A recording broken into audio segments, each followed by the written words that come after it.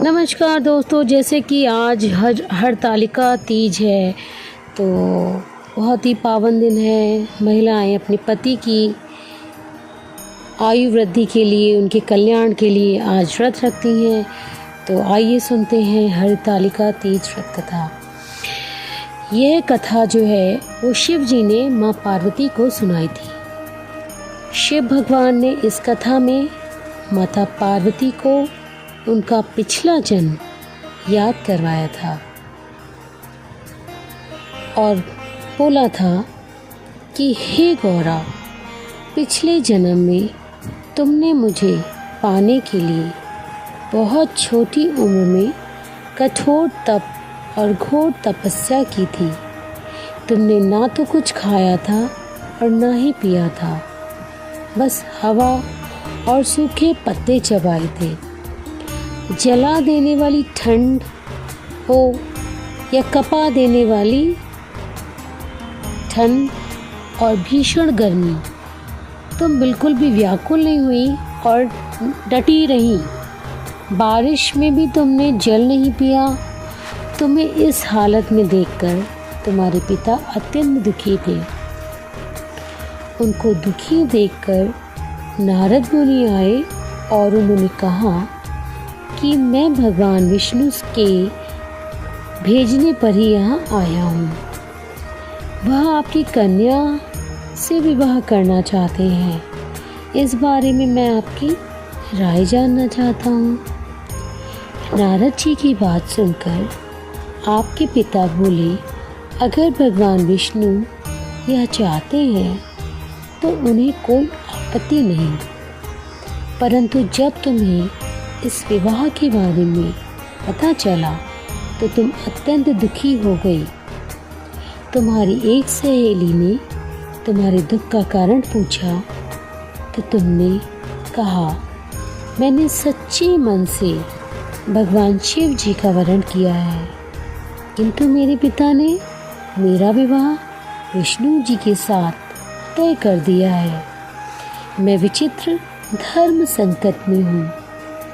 अब मेरे पास प्राण त्याग देने के अलावा कोई उपाय शेष नहीं बचा है। तुम्हारी सखी बहुत ही समझदार थी।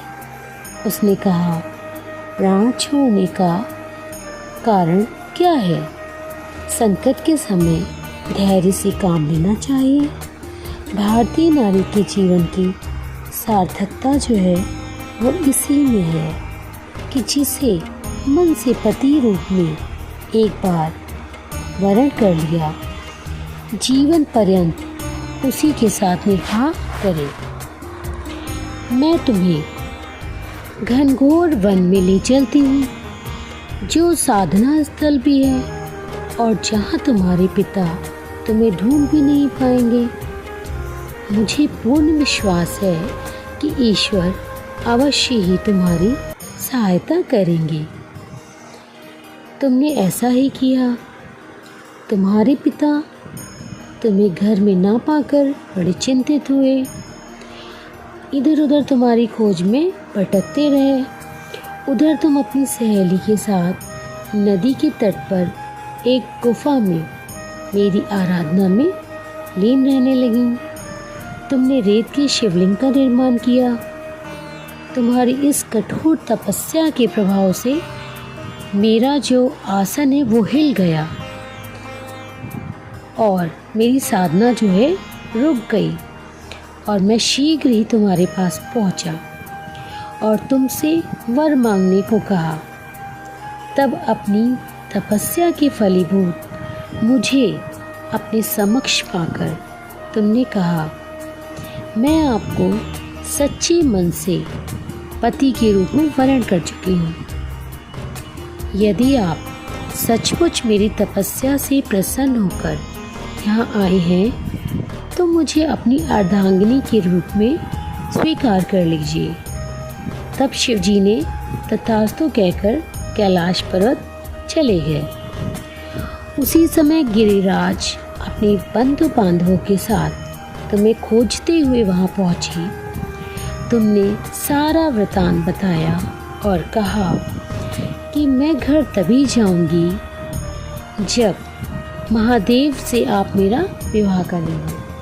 पार्वती जी ने शंकर अपने पिताजी से कहा कि जब उनका विवाह शंकर जी के साथ होगा तभी वह घर वापस जाएंगे। तो तुम्हारे पिता मान गए और उन्होंने हमारा विवाह करवा दिया।